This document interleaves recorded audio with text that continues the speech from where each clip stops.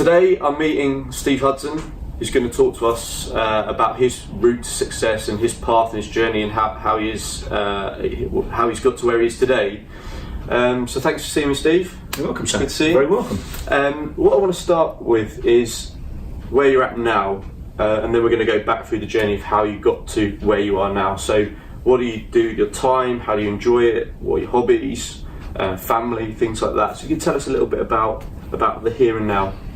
Well, fundamentally I'm retired now, and I've been for about 12 years. I was very fortunate to be able to retire a bit earlier than most. We set ourselves up with some rental properties which give us our pension scheme, if you want to call it that. Mm-hmm. We're certainly not fat cat landlords, as some people describe these people who own a few properties, so it's purely a pension scheme. But from that, it gives us the freedom to go and do what we want to do. I'm a strong believer in travel and do things while you're able to do it. Mm-hmm. This is like you're getting older, things start to wear out and doesn't give you the freedom sometimes. So I think it's very important to do all these things while you can.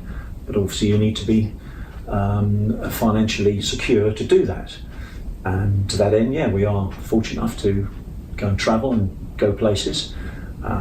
We've got a small place in Spain which we shoot off to occasionally, but we also, what's important is to be able to go and travel other places as well, rather than can only afford to go to one place in time. Mm-hmm. So that to me is the most important, apart from families, which is obviously that comes higher than that.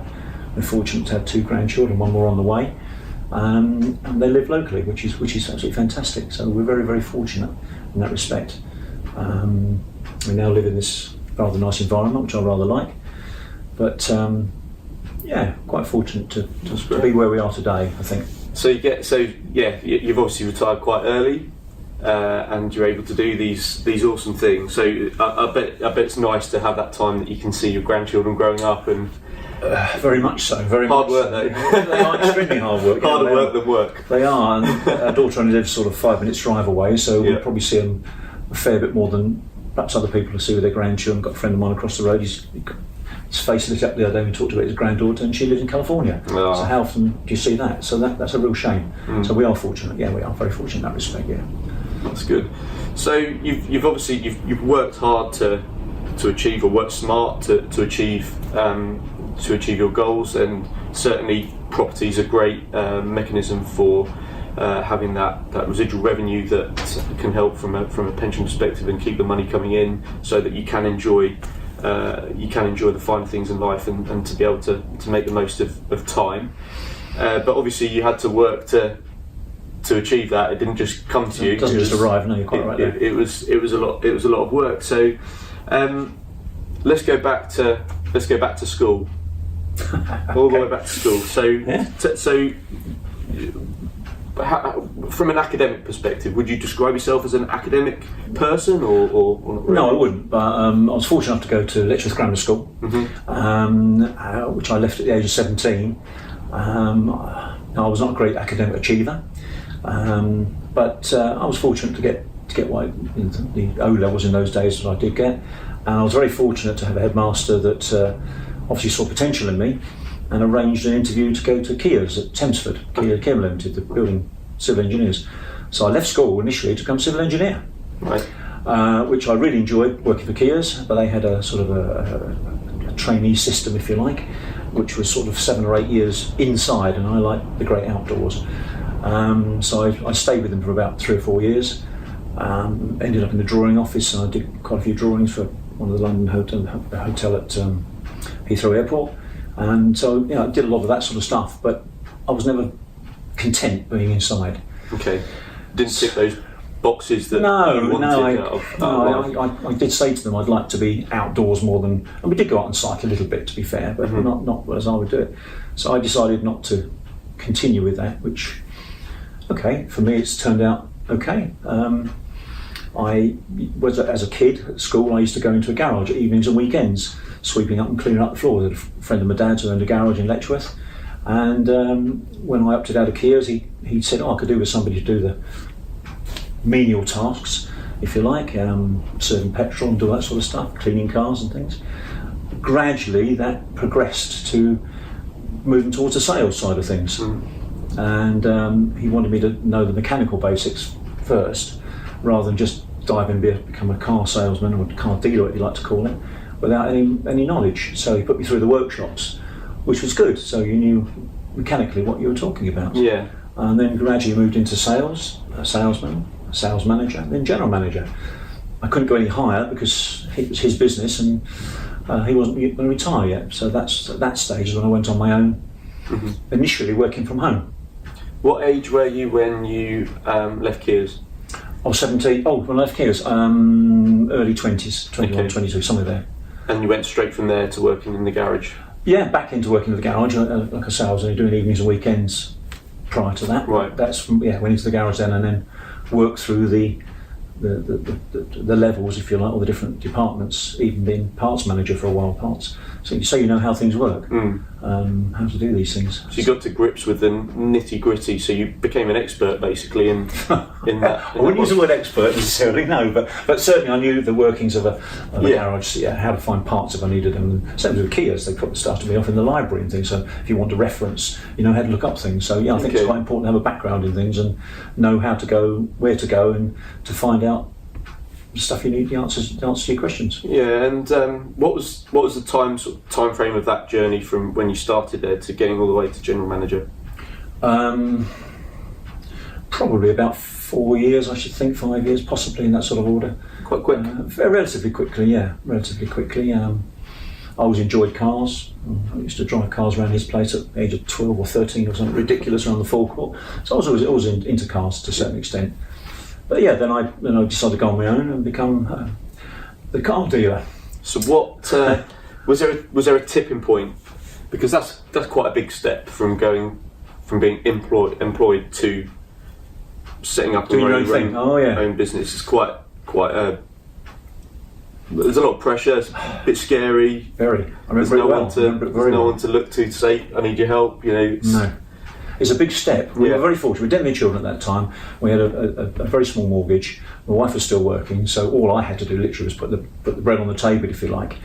I had previously that to do I'd bought and sold a few cars on the side, if you like, if you want to call it that, from home, and thought that's the direction I'd quite like to go in. Okay, that's interesting because there's a lot of people talk about if you try and set up on your own to take some steps whilst you're still employed, just to start, so you're not starting from a standing point. You've got a little bit of momentum. It got to a point where I really wanted to carry on my own. I was doing a few, as I say, and I really wanted to do my own thing, really. And that's what we did. The difficult thing was when you're selling cars from that time it was a 3-bedroom semi house on a fairly modern estate. You can't have loads of cars parked around it, so then you had to find somewhere to store them. And then when somebody wanted to come and see one, this is in days before the internet, of course, you rely on local newspapers for advertising. Then you've got to rush off and bring the car back and so on. And we went from there to a bigger house, which we were able to have the cars at the house, 30, 40 cars at times. Wow. We still own that house, which is one of our rentals now. That's a lot of stock to be sitting on. How early was that into the journey to have 40 cars? Well, it was back in 1983, 1982 bought the house. So yeah, it was. It was a couple of. I think it was a couple of years I was doing it sort of on the side from. That's not bad in 2 years. No, it wasn't. Obviously, that much stock. You don't have that much money, so the banks are quite helpful in that respect. So yes, we did have overdrafts in those days. Yeah. To enable us to stock sufficient vehicles to give us the income we wanted or needed. So yeah, we were very fortunate in that respect. Yeah, bought the right property at the right time. Were able to do that for a number of years. There was a garage directly opposite. We live in a village, and there was a garage directly opposite, which used to be a petrol station many moons ago. Was now being used by a local haulage company. And I knew the guy who owned the haulage company fairly well, and I said, well, would you like me to, can I buy this place from you? And in the end I leased it from him after a while, and used that, which became, people used to come to the house and think, how dodgy is this, working from home, all these cars at the back of your house.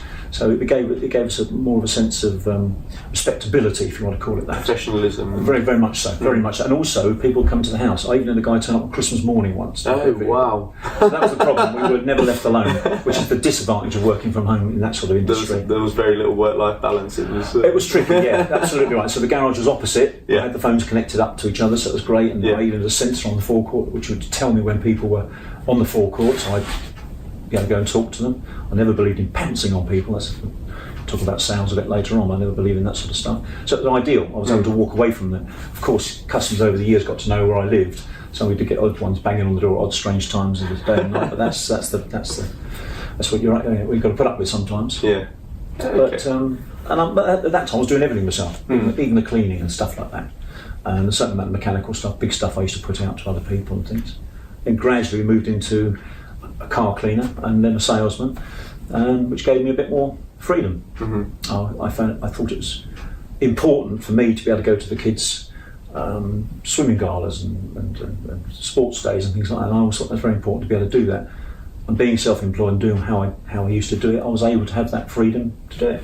Brilliant. Which was great. Yeah, that's brilliant. So it's tough. It's a big step, but there's a lot of hard work that's got to go into it and a lot of risk. But the rewards are good. Yeah, I think so. And more than just for financial rewards, it's about the family time as well. Oh, very much so. Yeah, very much so. Amazing. Very much so. But yeah, you could have friends around Saturday afternoon, and we're chatting away, and the buzzer goes, and I've got to go and talk to somebody over there. Yeah, they used to laugh and joke. I used to know, he goes, he's going to have to make another pile of money. But you get up with that. And the same as the car dealer thing. The Del Boy jokes. I've had them all. I regard myself as a car dealer, not a fly-by-night sort of thing, but it worked well for us. Yeah. We used to get a lot of repeat business, and people used to come back to me and recommendations, which was great, which is what you want. But I appreciate I've heard all the jokes and all the car dealer bits and stuff. So yeah, but you got to live with that, haven't you? Yeah, that's how it is. Oh, that's good. So with so sales is obviously a crucial part to the success of you and the business. So did that to where we are today, to where we are today. We were very fortunate while we were doing the cars on a full-time basis. We were able to put kids through a local public school, which was great. It's something we both wanted to do. We were able to do that financially, and I also had the freedom to go to the school and all the things we just talked about. But gradually we kind of drifted into housing. My wife went out one day, my wife came back and said, I bought a house. We sort of do a double take there. What she'd done, she'd viewed one and put an offer in, which had been accepted, and then which was our very first rental, right? Which we still have, and it kind of went from there a little bit really. And then we were picking up the keys to that one, and they said, there's a flat out there for sale. Are you interested in that? So we ended up buying that one. We had mortgages on them at that time. It's not as though we were paying cash for these things, no way. But we were able to put the deposits down at that time. In those days, the deposits were smaller than they are today. And then when we picked the keys up, the second one, they said, there's another flat in that block come up for sale. Are you interested in that one? So we ended up buying that one, and with that came the freehold to all of them, which sounded like a good idea at the time, but just means you've got to, and so on. So we've now got a small portfolio of rentals, which gives us the freedom, the financial freedom to do what we want to do today. So you're very sensible, really, because ultimately you created a business. You're pretty young. I mean, it must have been quite.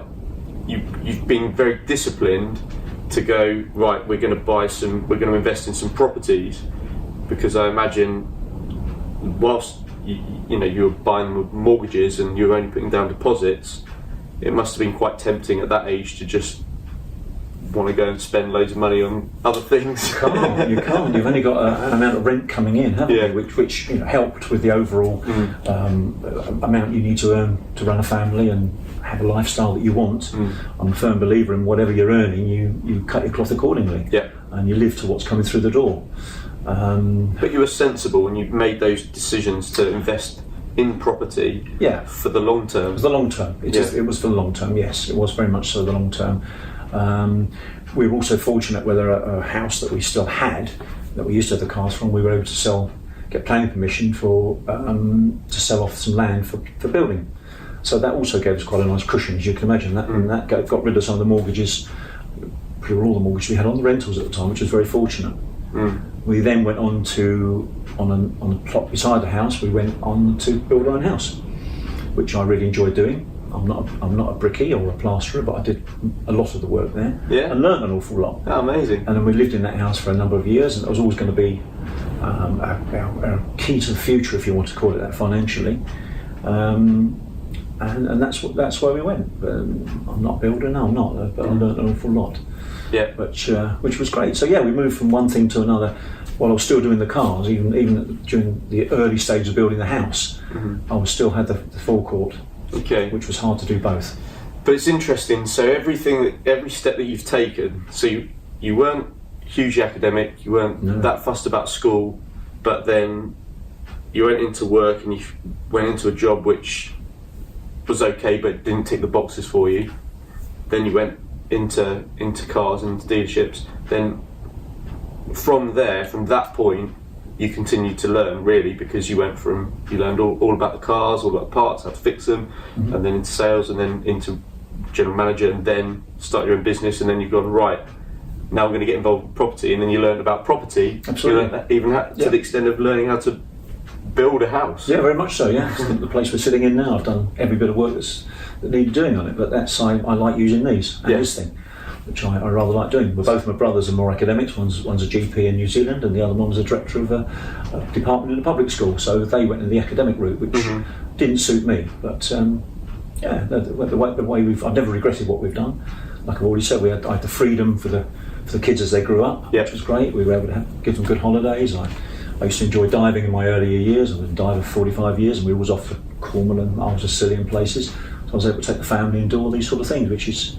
And I think it's really important in life to be able to not just aim at the financial rewards, but the rewards that finance brings you to be able to do the sort of lifestyle that you want. Yeah, and so there's a work ethic that's clearly there with you. That's got, because you talk a lot about being fortunate, and I agree. There are some things in life which seem to just fall into place, but those things are.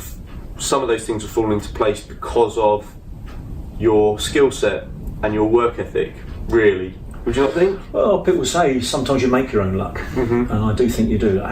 Like I say, with the garage, when I eventually got to take over that, was purely simple. I got chatting to this guy and said, do you want to rent it out? And it gave us the more freedom. We were able to stock more cars and become a little bit more legitimate, if you want to call it. That's the wrong word for it, but become, not just trading from the back garden, as it were. Yeah. There are advantages trading from home. Your overheads are a lot less, of course, but you don't get your house quite to yourself as you would when you got your businesses away from home. A lot of people work from home, especially today in this day and age with the internet. A lot of people work from home. It's great, but sometimes the families don't always leave you alone. You just have to look one for a minute while I pop to the shops, or can you just do this little job? And so it's not a bed of roses working from home, but I really enjoyed it. It was really good. I was always there for the kids. My wife was working in the earlier days, and if one was ill from school or something like that, which is very unusual, I was always around, which was great. Suited me. So the essence of the majority of successful businesses is having the ability to sell products and shift services or product. Of course, especially in cars. I'm a very strong believer in salesmen aren't created, they're born. Okay. I firmly believe salesmen are people that are comfortable talking to other people from all walks of life. And I don't mean the type that when you dive in the shop and they grab you verbally. I cannot stand that. Yeah. I'm a strong believer in you have to appraise the person you're talking or approaching. Are they people that want you to be all over them and give them lots of service, or are they people that want you to stand back a little and let you have a look at whatever your product is? But I think salesmen are people that are comfortable talking to people from all walks of life, and as long as they know their products, they will be successful. As long as you're enthusiastic as well. Okay. Enthusiastic and know your product, and I think that's important. So top tips for budding salesmen out there? Goodness gracious, don't jump on people verbally. Okay. Don't be all over them, don't crowd them, but you've got to you've got to be able to praise the person your prospective customer. You've got to be able to work them out. Are they people that want to be talked to a lot, or do they want to be left alone a little bit? And you've got to try and praise that. Which is probably the hardest thing to do. Okay. And what about closing? Getting that deal over the line? How do you get that deal over the line? What's the magic?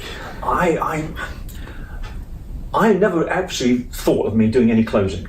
People Okay. bought cars from me, of course they did. But I never remember actively trying to close a deal. Yes, of course, you talk about warranties and finances if they want them and all that sort of stuff. And most people, most of my customers knew I've been there for a number of years, of course. Obviously, with the advent of the internet, it's a little bit different. People come from far and wide. But I don't ever remember being actively closing. I know any salesperson says, "Oh, you know, that's terrible. Well, you should be closing." But I never did. But I didn't ever want to force people into things, and I don't ever remember. It worked. Yeah, we'd like to go for it. We'd like to go for it. Some people surprise me at a very early stage. You're chatting to them about the vehicle and whatever it is, and yeah, okay, we'll go for that. I said, "Would you like a test drive?" And they're like, "Well, no, you seem fine. You seem like a nice guy." Pardon? you get that. You do. It amazes me how trusting people are sometimes, which is lovely. Yeah. Of course, it's a bit of a compliment if you want to call it that. But I don't ever remember actively trying to close people. I guess that in those scenarios, there was a reputation thing there as well, and an integrity element. Word of mouth from other people, of course. Yeah, those things resonate really well with prospects and prospective customers. That I think so. You've been there a long time, and also the products you've got. I tended to have what I would call the better end of cars, which are the stuff that's not going to really give grief, and it's never cheap junk. And we used to put the part exchange into the auction, get rid of those and things like that. So we tend to be on the better end of things, which better quality vehicles and newer stuff tend not to give much troubles anyway, fortunately. I was never into exotic. People would often ask me, what sort of car do you drive? Thinking I'm going to say some flash sign. I said, well, we never like that. Invariably my answer would be, whatever's got a bit of tax on. In the good old days when we had tax discs. I'd say, no, I just tend to use whatever's got tax on it, because I don't believe in that. I've got a friend that works in the world of cars, and he's driven so many different cars that he's not fussed about what he drives anymore, because he's been there, he's driven them all, and he's kind of past that. So with closing, that was something which was relatively effortless in a way. It came to you quite naturally. It seems that way. I know it sounds. I don't ever remember actually having to push people into saying yes. Brilliant. You get people that daren't say yes. You do. And I do remember saying, well, it ticks all your boxes. Is that the sort of thing you're after? And you want to go for it? And there are people that do need a little bit of help, but closing is probably not the word I would use for it, me personally. Right, fair enough. So we know each other socially. We've got a few mutual friends. We go to some events, and if I was to speak to some of our common friends, I think they'd say that you had the gift of the gab. The gift of the gab. I don't talk too much. Now, whenever we're at these events, you're very central to it. There's a lot. You've always got people around you interested in your stories and talking to them and making them laugh. And now, that's a pretty incredible social skill, and lots of people would love to have that. But do you think that's a skill that is a social skill that you maybe translated into business, or a business skill that you translated into social, or it's just there? That's a hard question, really. I've always enjoyed talking to people, meeting people, talking about what they do. Sometimes we talk about what I do, or some of the activities that I've been fortunate enough to be able to follow, and pastime, whatever you want to call it. But I think, I've always enjoyed talking to people. I think, like I said to you earlier, I think salesmen are not created, they're born. Okay. And if you're a person that's comfortable talking to people, that's how it tends to be. And I've always found that. Whether it's a skill, perhaps you regard it as a skill, I just think you're just comfortable talking to perfect strangers sometimes. Have you always been comfortable talking to people? Sort of? Always, always. Yeah, I've never recollected a time that No, not at all. And again, you've got to read your customer again. You can't be all over them verbally, because some people just don't like that. You've got to get a word in sideways, get their side of things. So again, you've got to be able to judge it, if you want to call it that. But no, I've always been comfortable talking to whoever. Doesn't matter who they are, what they are, where they come from, what their background is. I find it interesting talking to them about them as well. I've met some very, very interesting people over the years, and fascinating. Some have become friends over the years from the car side of things. Even today, umpteen years later, I still recognise people from, don't remember their names very well, unfortunately, but I recognise people. And, they all seem happy to see me again. That's good. Which is quite good. So if for people that are thinking about starting their own business or taking that next step, do you have any tips or tricks or anything that would be useful for those thinking of taking that step into setting up? I think a lot depends on your financial situation. Have you got a great big mortgage owing in it? Have you got several children that need to rely on you? If you're taking the first step, that's hard. I remember the very first week I went on my own. Suddenly I was not going to get a salary at the end of the month. I remember that very, very clearly, that first week. It's a bit like the first day you drove your car without got rid of L plates. First time there's nobody sitting on the passenger seat. Do you remember that? I remember it very, very clearly. Yeah. And it's like exactly that. Hang on, there's nothing coming in at the end of the month. Yes, my wife was working, as I already said, but I remember that very, very clearly. So for those people that may have those commitments, you were quite smart about it, and you took some steps before you jumped out to kind of build a little bit of a foundation. Tested the water, I suppose you'd call it, by selling a few prior to. Yes, I did. I even bought one or two from the company that I was working for, so they knew what I was doing, so I wasn't doing anything behind anybody's back. So I was able to sort of test the water, if you want to call it that. I won't dip your toe in. But there's a lot of bits you can't do that. You've got to give up your nice salary and your company car. I had a company car and all that sort of stuff. But I always wanted to. I've met a lot of people that said, I wish I'd tried that. I wish I'd tried that in my earlier years.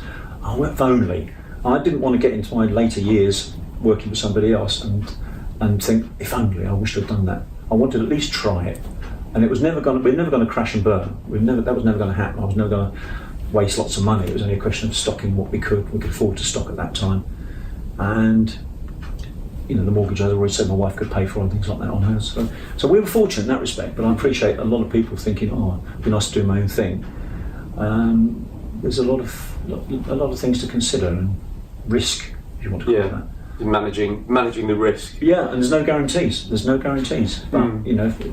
as you can look at other things and don't just copy other people. You see shops unfortunately opening and closing all the time. I've still got a place in Spain. We saw lots of bars opening and closing, but all they're doing is opening a bar and doing the same as the previous people failed at, instead of doing something different. You just got to look at all angles, I think, personally. But go back to Sam. I think we've been very fortunate. I think we've had some lucky breaks, if you want to call it that. And, maybe it's planning. I don't know. Yeah, I think it sounds like there's planning there. You probably don't give yourself enough credit for those. Some of those, because you talk a lot about being fortunate, but you made good decisions. You made smart decisions, and you went for it. Yeah, the housing in later years, that's set us up in good stead now for where we are today. Yeah, we have. We are able to travel and do things what we want to do, and while we're still able to. I'm not being depressive now, but I know people who can't get on aeroplanes at my age and things like that. So I do think it's important to do things while you can, particularly while you're, as I said to you earlier, when you've got young children, it's great to be with young children, but when they get to their teenage years, they want their mates, mum and dad, and push them back a bit. But they do come back a bit. But the bank of mum and dad and all that, but not necessarily. We've been fortunate in that respect as well. But no, I think it's important to do things while you can. I think it's really important in life. I don't mean holiday, party, because at the end of the day, you're going to run out of money, probably. But I do think it's important to do things while you can, while you're able to do it. Brilliant. To me, that's what's important. No regrets? Absolutely none. Absolutely none. I'm sitting here, you see the background behind us, and I absolutely love it. Brilliant. I'm sure I've got some friends out there saying, why did you sell that house for him? We built this house, as you know, it's a fairly substantial house, and what did you sell that for him to live in? We call them lodges, some people call them sheds. But no, I absolutely love it. Every day of the week is the weather changes, and I absolutely love it. No regrets whatsoever. Excellent. No regrets whatsoever. Brilliant. Well, thank you so You're much very welcome. for your time. You're very thanks welcome. for your hospitality, and thanks for you're welcome. speaking to good us luck to today. anybody who wants to try doing their own thing. Brilliant. Good luck to anybody. It's worth it. Thank you, Sam. Cheers, Steve. Yeah, Thanks nice very to see you much. again. You're very welcome. Anytime.